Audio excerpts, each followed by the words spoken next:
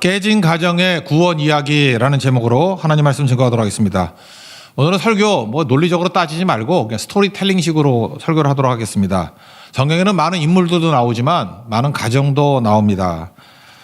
근데 성경은 미화하려는 접근을 하지 않습니다. 그냥 가정이 있는 모습 그대로를 적나라하게 묘사합니다. 그래서 너무 사실적이라서 민망할 정도이기도 합니다. 야곱의 가정 이야기입니다. 창세기가 50장으로 돼 있죠. 그런데 야곱이 태어나는 게 25장에 나오고 물론 뭐 간간히 딴 거 들어가기도 하는데 거의 반 정도의 내용이 야곱의 가정 이야기입니다. 그래서 야곱의 가정 이야기라는 초점으로 창세기 읽으면은 또 새로운 게 막 보이기 시작한다는 것입니다. 근데 야곱의 가정이라는 측면을 놓고 쭉 보면은 이 집안 진짜 막장 드라마에 나오는 가정입니다. 아침 드라마 난 안 봐서 모르는데 아침 드라마 그렇습니까? 아침 드라마가 막장 드라마래요. 아침 드라마를 보려고 그러는데 그때는 제가 공부하는 시간이라서 잘 못 보는데 어쨌든 간에 막장 드라마라고 얘기를 합니다. 여러분의 가정은 어떻습니까? 우리 가정들은 만족하십니까? 실제로 가정 얘기 잘 안 하려고 그럽니다. 왜 안 하려고 그러죠? 아픔이 있기 때문에 그렇습니다. 어떤 가정 보니까 나는 너무 건강하고 밝고 이러셔가지고 되게 유복한 가정에서 자란 줄 알았어요. 근데 뭐 어렸을 때 부모님이 이혼하셨다라네요. 그래서 할머니 밑에서 자라게 되었고 그다음에 그 할머니가 또 97세 돼가지고 또 장례를 치렀다 그러고 근데 그 할머니 믿음 때문에 증손자까지도 믿게 됐다. 그래서 기쁨과 슬픔이 교차한다. 뭐 그런 가정도 있어요.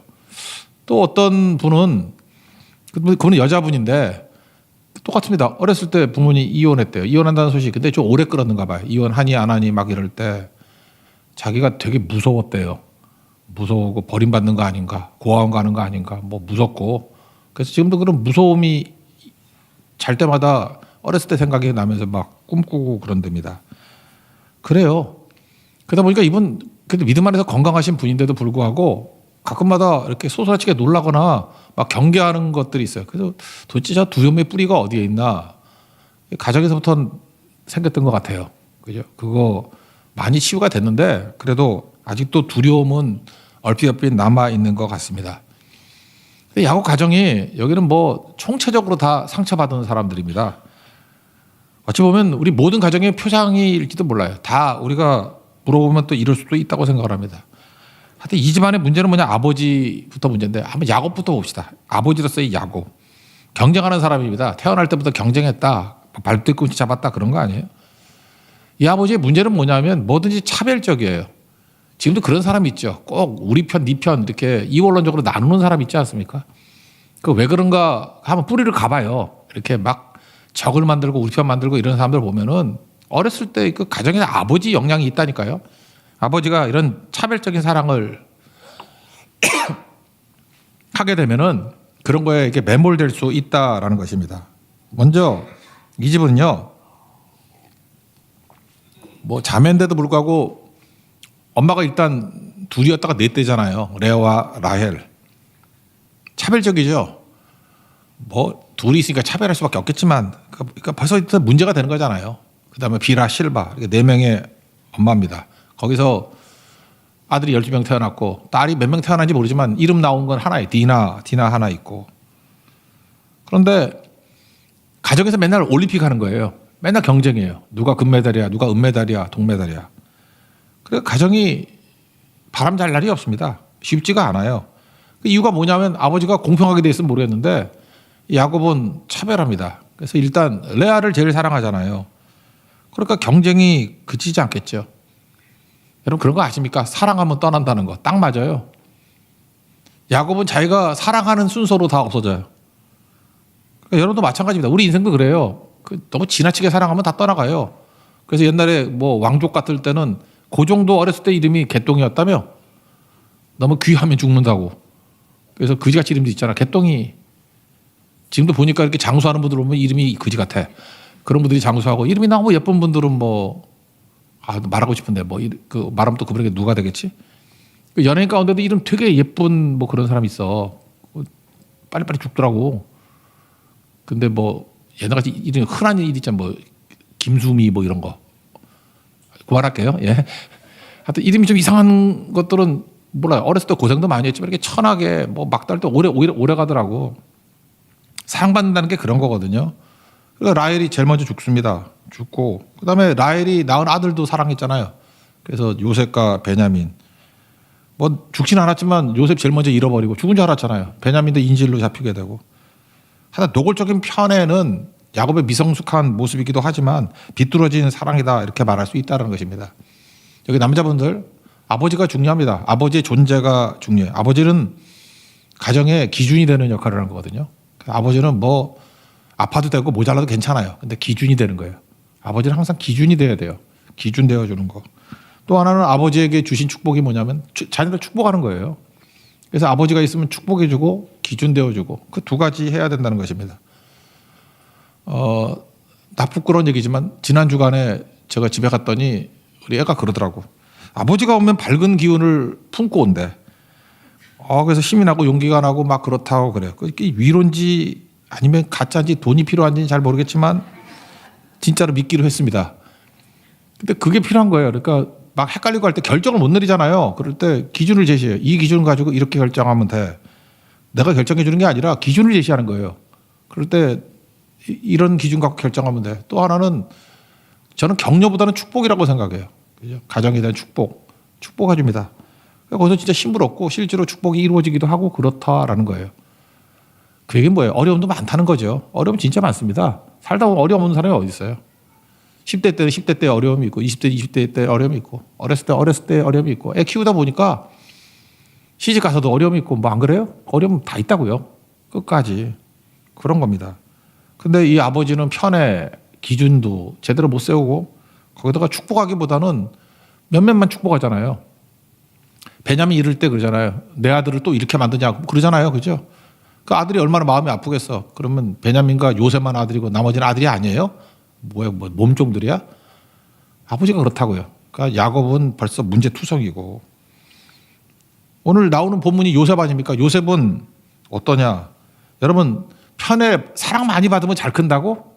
누가 그래요? 극진히 사랑하면 잘 됩니까? 아니죠. 이게 요셉도 아버지 때문에 잘못된 영향을 받았던 것 같습니다. 일단은 요셉에 대해서 한마디로 묘사한다 그러면 건방져요. 무지 건방져. 그죠? 그래서 요셉의 머릿속에는 의식적인 건방짐, 무의식적인 건방짐, 건방짐이 넘쳐나는 거예요. 그리고 아버지의 잘못된 독이 그대로 전수가 됐어요. 2절에 보니까 17세 소년이랍니다. 그래서 양을 칠 때 거기 밑에 보세요. 그의 아버지의 아내들 비라와 실바의 아들들과 더불어 함께 있었더니 그들의 잘못을 아버지에게 고자질했대요.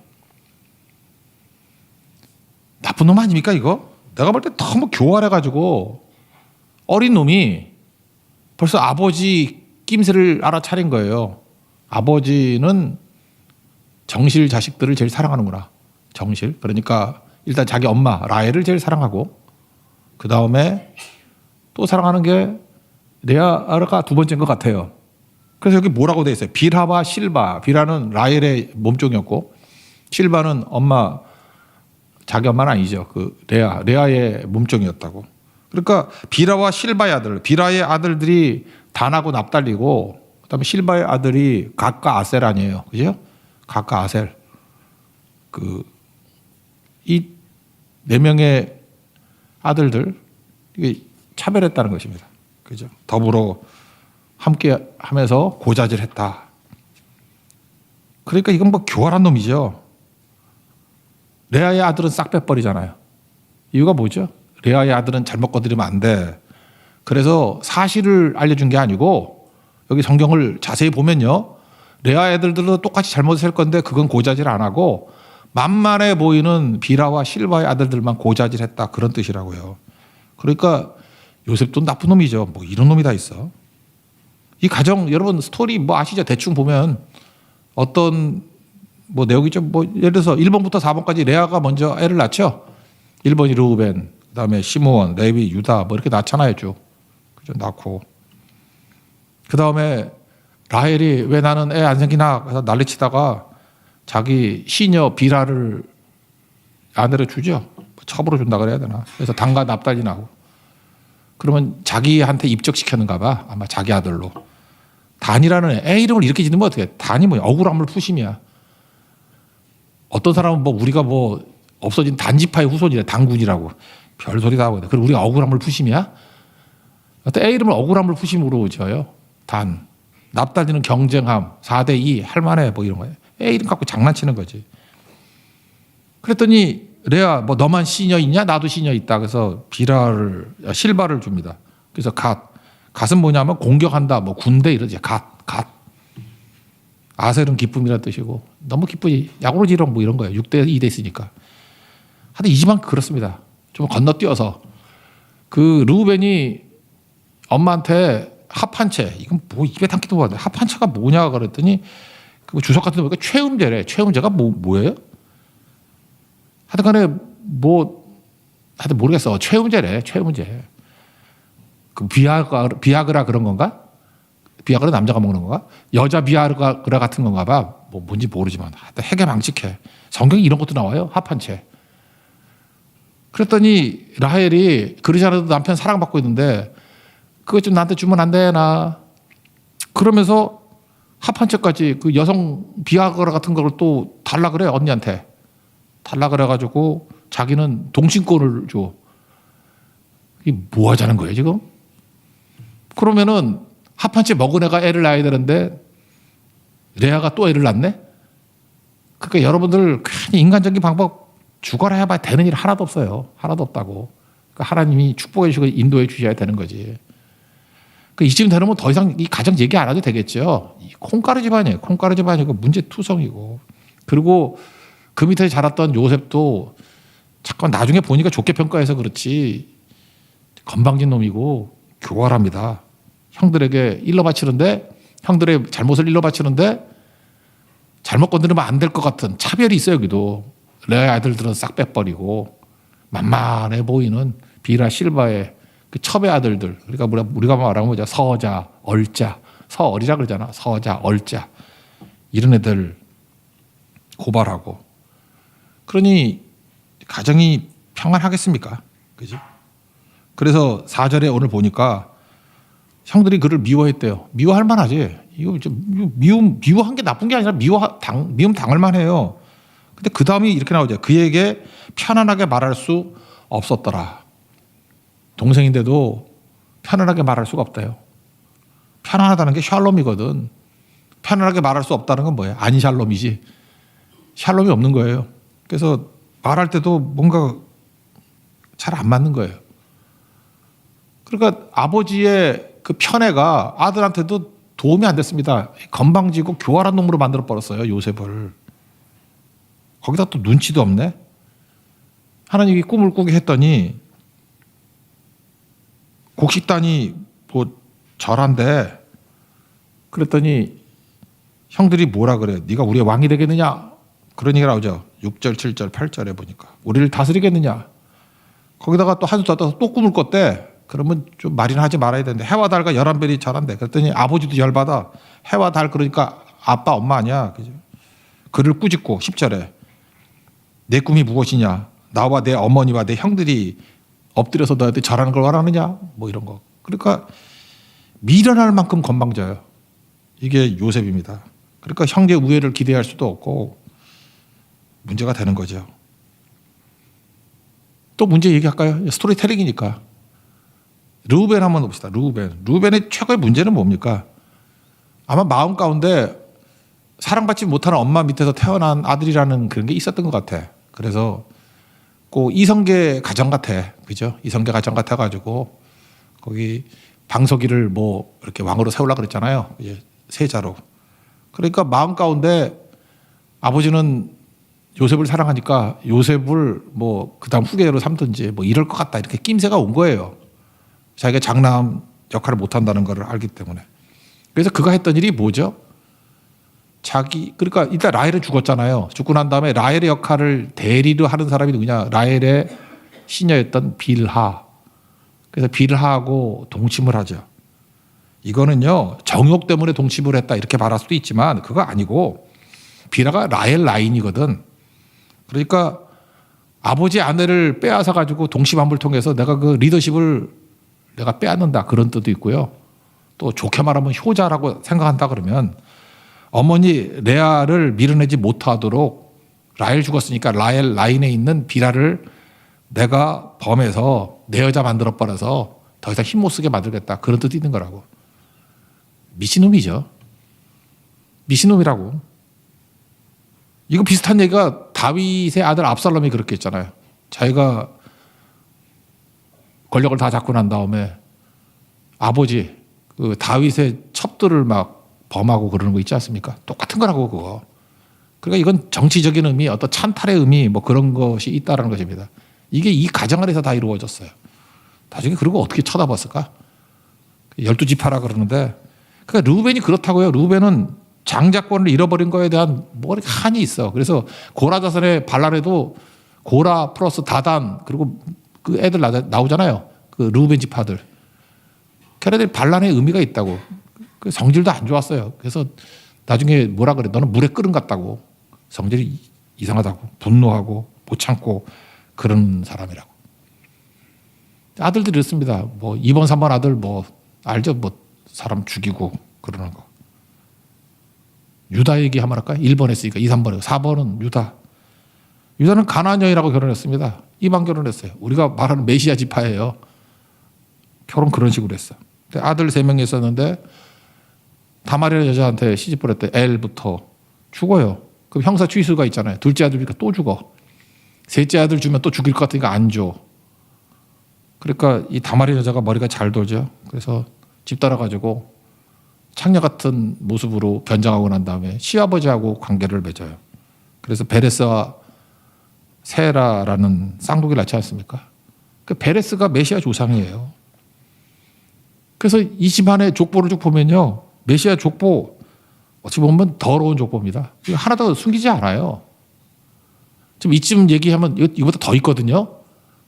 저녁에 너무 길면 또 그렇잖아. 이 정도만 합시다. 이 정도면 거의 막장 드라마 속에 나오는 가정이죠. 콩가루 가정이죠. 그런데 우리가 말을 안 해서 그렇지 우리 가정도 비슷할 수 있다라는 것입니다. 비슷할 수 있어요. 그러니까 이 가정은 요셉이 하는 역할이 가정을 하나 되게 만드는 게 아니라 4분의 1 되게 만드는 거예요. 그러니까 서로 경쟁하고 미워하고 하나 되지 못하고 부부가 하나 되지 못할 때도 있고 형제들이 하나 되지 못할 때도 있고 명절 때 가족끼리 모이는 것이 두려운 사람들도 있죠. 또 어떻게 싸울까. 그리고 몇 년째 연락도 안 하고 사는 사람들도 있을 것입니다. 이때 요셉이 신부를 맞다 그러는데 신부를 맞다는 게 뭐예요? 동태를 살피러 보내는 거예요. 감시병으로. 그럼 또 가가지고 또 뭐라 그랬어? 좀 만만한 애들만 갖고 고자질 하겠지. 그랬더니 이래도 죽고 저래도 싫으니까 꿈꾸는 자가 오는도다. 난 그걸 그렇게 생각하지 않아요. 좀 죄송합니다. 저 새끼 온다. 그거예요. 저 새끼 온다. 뭐라 그래? 죽여버리자. 구덩이 집어넣고 죽이려고 그러잖아요. 그러다가 이스마엘 상인에게 팔아버리고 이게 이 집안입니다. 그리고 아버지 속이죠. 하여튼 사기로 똘똘 뭉친 집안이에요. 염소피 갖고 이게 요셉 옷인데 그래서 아버지도 속이고 왜 이 모양입니까? 이게 우리가 족장이라고 얘기하는 야곱 가문 12지파가 나온 야곱 집안의 이야기예요. 근데 이건 사실 우리 전체 이야기하고 다르지 않다는 것입니다. 그럼 이제 현대로 봅시다. 21세기 한국을 살아가는 크리스찬의 가정 다릅니까? 우리 가정들은 다르냐고요. 물론 뭐 유복한 가정도 있을지도 모르겠습니다. 근데 실제로 가보면 그렇지 않아요. 제가 이렇게 주변에 있는 목사님들 얘기를 좀 일단 뭐 멀리 있는 목사부터 얘기합시다. 그 유명하다는 리거레 목사님, 새들백 아들이 자살한 거 알죠? 예.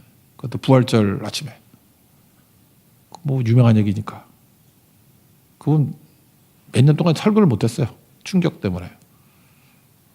그런 거 있고요. 우리나라도 그래요. 이름 말하지 않겠어요. 어떤 유명한 목사님 아들. 안티 중에 안티예요. 교회 공격하고. 야, 그 훌륭한 목사님, 그 유명한 목사님 아들이 왜 저 꼴이 됐나. 저도 잘 알아요. 근데 그렇게 되더라고. 또 어떤 목사님, 이름은 얘기 안 할게요. 그분이 쓴 글이 있어요. 제 딸이 임신했어요. 딸이 15살이야. 더 말을 못 하겠어요. 그죠? 그러면 여러분들 벌써 입이 간질간질하죠. 왜냐하면 답을 주고 싶어서. 그죠? 기도를 했어야지.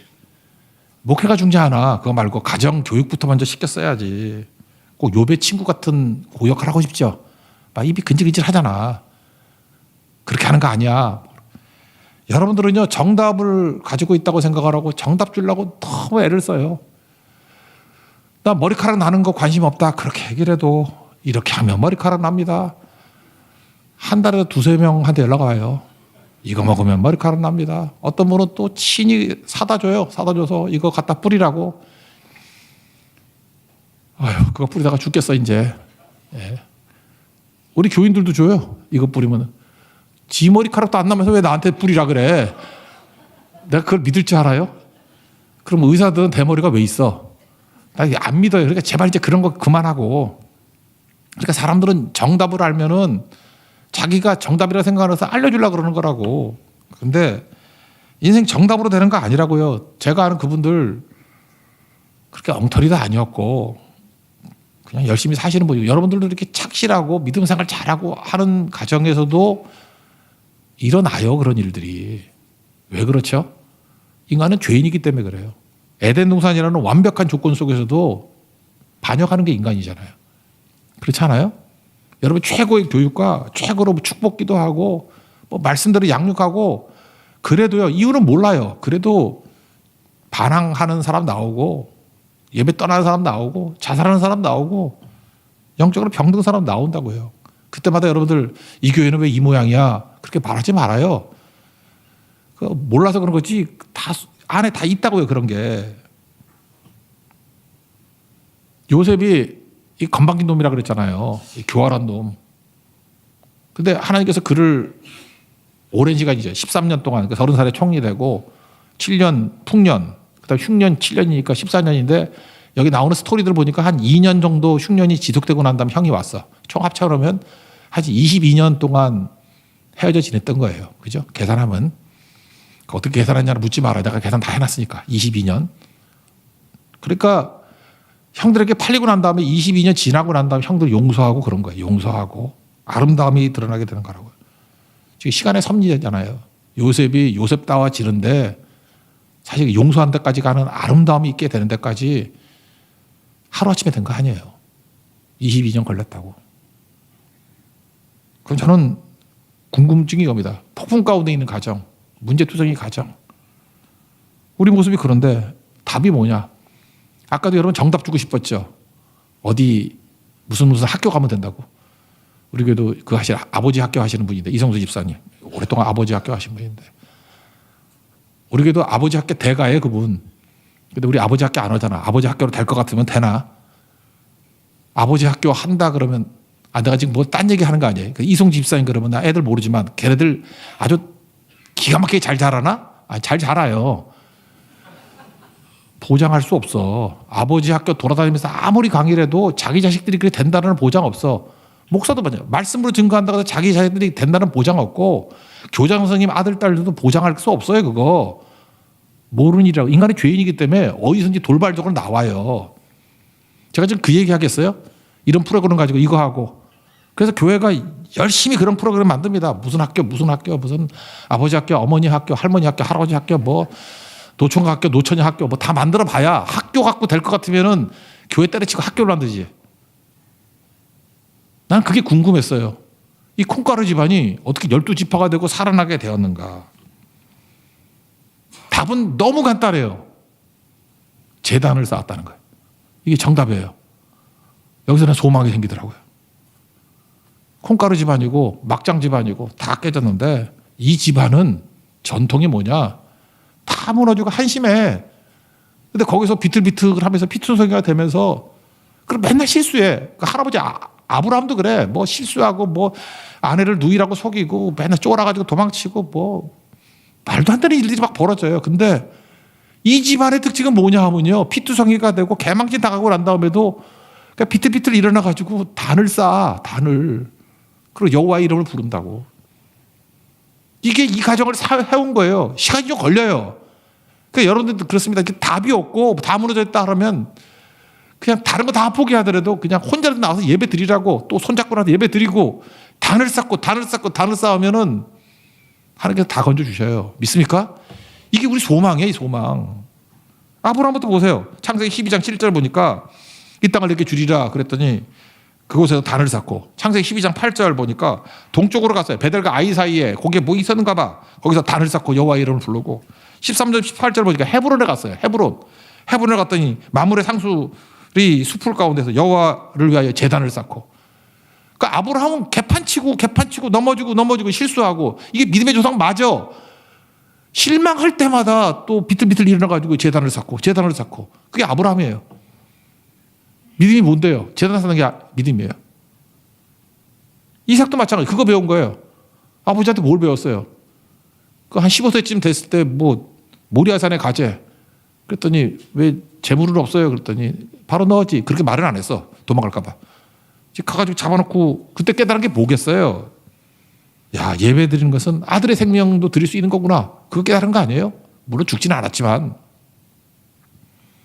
그거라고요. 그거 배운 거죠. 이삭. 그래서 이삭도 가는 곳마다 예배 드리고, 특별히 우물파다가 쫓겨나는 얘기 막 나오잖아요. 마지막에 이스라엘 제일 남쪽에 부엘사바인데, 이게 맹세의 우물 그런 뜻도 있고 7개 우물, 하나님의 축복이라는 뜻도 있어요. 그럴 때 26장 25절에 보니까 이삭이 그곳에 제단을 쌓고. 배운 게 그거예요. 예배 드리는 거예요. 나 맨날 쫓겨다니고. 그래, 좋다. 그래도 난 제단 쌓는다. 그게 부엘사바의 승리, 축복이라고. 그러니까 이삭이 한 게 뭐 있어. 맨날 도망다니고 쫓겨나고. 그렇지만 나는 다 포기해도 난 예배는 포기 안 해. 예배 드렸다고. 그러니까 그 아버지 그 아들이죠. 야곱도 그렇잖아요. 형 속이고 아버지 속이고, 이게 사기꾼 아니에요? 이 나쁜 놈이 아니에요? 얼마나 나쁜 놈이에요? 그래서 도망치잖아. 창세기 28장에 보니까 천사가 오르락내리락 하는 게 나오잖아요. 거기. 그러고 난 다음에 하나님 여기 계신 거 몰랐구나. 그러면서 그게 루스인데 원래 이름이 베델, 하나님의 집이라고 이름 지었어요. 거기서 뭘 했습니까? 돌을 가져다가 기름 붓고 거기 단을 쌓았다고 보이서. 그래, 이 집안은 그냥 무너지면 그냥 비틀비틀하면서 예배 드리는 사람이라고요. 그러고 난 다음에 돌아왔어요. 돌아왔는데 20년 만에 돌아오고 난 다음에 형 에서가 죽인다 그러고, 또 아까 2번 3번 아들 얘기했잖아요. 그 딸이 또 강간당해. 그 세겜이라는 놈한테, 하몰의 아들 세겜한테. 그랬더니 그냥 할례 받으라 그러고 속임수 가지고 다 죽여버리잖아요. 이 자기 멸절의 위기에 처하게 됐다고. 그럴 때 또 비틀비틀 하잖아요. 맨날 이 집안에 깡패 같은 집안이 망나니 집안이에요. 창세기 35장에 뭐라 그래요? 또 답이 예배에 돼. 답이 예배. 이 집안은 맨날 실패해. 맨날 실수고, 맨날 콩가루 집안이고, 제대로 하는 거 하나도 없어요. 하나도. 근데 아브라함, 이삭, 야곱 다 그냥 무너질 때마다 딱 하나 붙들어. 예배. 창세기 35장 3절 보니까 베델로 올라가자. 20년 동안 깡그리 있다가 베델로 올라가자. 내가 환난 날에 내게 응답하시고 내가 가는 길에서 나와 함께 하신 하나님께 내가 거기서 제단을 쌓으리라. 그거잖아요. 예배잖아요. 예배.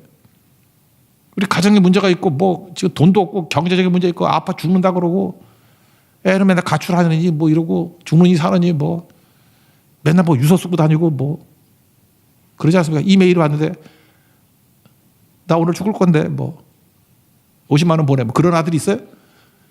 싫어해. 그놈은 지금 500만 원 받을 때까지 죽지도 않아. 그러니까 돈 달라는 얘기지. 근데 그 말을 그따위로 하는 놈이 있잖아요. 그따위로 하는 놈들이. 그러니까 부모의 마음은 찢어지고, 한 번 올 때마다 덜컥 해가지고 목사한테 기도해달라고 연락하고. 그러니까 그 연락하는 한 번에 얼마나 가슴이 뛰었겠어. 얼마나 피눈물이 났겠냐고. 제가 답은 이거라 그래요. 단을 쌓고. 매일보다 중요한 게 뭐냐? 하나님 밥 엎드려 단을 쌓고 불쌍히 여겨주세요. 그래서 여러분들, 믿는다는 것은 가정을 아름답게 꾸민다. 가정을 어떻게 아름답게 꾸밀 거예요? 예배 없이 무슨 아름다움이 있어요? 이런 거하고 똑같습니다. 하나님 편에서 우리에게 뭘 주는 걸 은혜라 그래요. 우리 편에서 하나님 앞에 하는 걸 예배라 그래. 그래서 예배 드리고 은혜 받는 거예요. 은혜가 뭐예요? 축복받는 거라고. 하나님 우리에게 계속 축복해 주시길 원하고, 우리가 드릴 수 있는 건 예배밖에 없어. 단을 쌓고. 이게 선순환이에요. 선순환.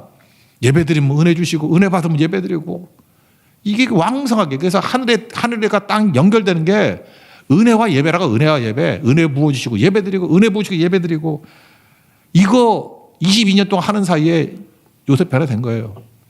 그리고 이 집안 이걸로 다 살아나게 되고 이 깡패 같은 놈들 12명이 12지파 되잖아요. 깡패 중에 깡패가 누가 있어요? 살인자 중에 살인자가 누가 있어요? 레위 제사장 되잖아요. 제사장. 뭐가 이렇게 만듭니까? 레위 뭐 시켰어요? 깡패 같은 놈한테 예배 담당자를 시키잖아. 그게 무슨 얘기예요? 믿는다는 건 예배입니다. 예배는요, 은혜를 구하는 필사적인 행위예요. 하나님 은혜 부어주세요. 하나님밖에 없습니다. 우리에게 소망이 없어요. 할 거 하나도 없어요. 그게 예배예요. 은혜를 구한다는 게 뭔지 아십니까? 은혜를 구한다 그러면서 예배를 안 드려요? 예배에서 은혜가 내려오는 거라니까요. 은혜 받으면 예배 드리는 거고, 하나님 편에서는 은혜고 우리 편에서는 예배라니까요. 그래서 이 집안이 은혜 받은 집안이에요. 축복받은 집안이야. 그래서 야곱의 축복, 이삭의 축복, 아브라함의 축복, 맨날 축복 얘기하죠. 축복. 그게 신약적인 개념은 은혜라니까. 은혜 부어주시는 거고. 그 죽어라 이 집안은 예배 드리는 거라고. 이 메시아 계통의 후손들 대표적인 다윗. 다윗 그럼 뭐가 생각나요? 왕이고 뭐 땅 많이 차지하고 뭐 부자고 그겁니까? 다윗에게 대해서 성경이 말하고 있는 건 딱 하나예요. 그는 예배자였다는 거예요. 예배자. 무너진 제단을 수축하는 사람이었다. 예배자였다. 그거 아니에요. 예배자 되면 다윗 되는 겁니다. 이거 말고 딴 거에 뭘 찾겠어요? 아무것도 없다라는 거예요. 예배는요, 아무것도 없을 때 하는 겁니다. 힘이 없습니다. 병들었습니다. 답이 없습니다. 여러분 답이 많은데 그거 답 아니에요. 무슨 학교 갖고 되는 거 아니에요. 주가 필요합니다. 주님 의지합니다. 나는 어떻게 하는 방법도 모릅니다. 그러니까 줄레줄레 나와서 예배 드리면 되는 거예요. 오늘 저녁 예배인데 정말 잘 오셨습니다. 이렇게 예배 드리면 여러분 살아납니다. 여기 예배 안 드린 사람 죽는다는 얘기는 아니지만 상당히 비실비실하고 살아날 거예요. 그걸 모르는 거예요. 모르는 거. 여러분 지쳐 죽지요. 예배 드리는 거예요. 나는 어렸을 때 그게 참 좋았다고 생각해요. 나 부모님한테 그런 훈련 받았어요. 훈련이라고 그걸 보여줬어요. 아프다 그랬더니 교회 가서 아프래. 나 못 걸어요 그랬더니 교회 가서 쓰러지래. 나 죽어요 그랬더니 교회 가서 죽으래. 나는 그때 피도 눈물도 없는 부모라고 생각을 했고, 또 하나는 내가 친자식 맞나 이런 생각을 해봤어요. 근데 우리 아버지 보니까 너무 닮았어. 그래서 어머니를 의심했지요. 혹시 어머니 재혼한 거 아니에요? 내가 생각했더니 내가 재혼하면 저런 남자하고 사냐 그렇게 얘기하더라고. 그것도 또 일리가 있어. 그죠? 그게 정답이었어요. 핑계대지 마십시오. 아프다고요? 그냥 교회 와서 아프고요. 힘들다고요? 교회 와서 힘들어 하세요. 교회 가면 밥 먹여주냐? 그래서 제가 끊임없이 밥을 먹여주는 거예요. 그 말 못하게 하려고. 지금도 우리가 알게 모르게 많은 문제들이 있습니다. 이게 야곱의 가정뿐만 아니라 지금 현대 크리스찬의 가정, 우리 가정, 목사의 가정 다 있다니까요. 근데 그거를 이겨나가는 분들을 보니까 묵묵히 하나님 앞에 제단 쌓는 분들은 다 일어서게 되고 돌아오게 되고 탕자같이 회복이 돼요. 그런데 예배를 저버리고 다른 방법 가지고 다른 뭐 상담이라든지 무슨 학교라든지 무슨 프로그램이라든지 방법 갖고 했던 것들 지금 소식이 없어요. 실패했다는 얘기죠. 크리스찬은 예배하는 자들입니다. 하나님은 은혜 부어주십니다. 그 은혜를 누릴 수 있는 하나님의 거룩한 종 되기를 축원합니다. 예. 자리에서 나가겠습니다. 나의 한숨을 바꾸셨네 찬양하겠습니다.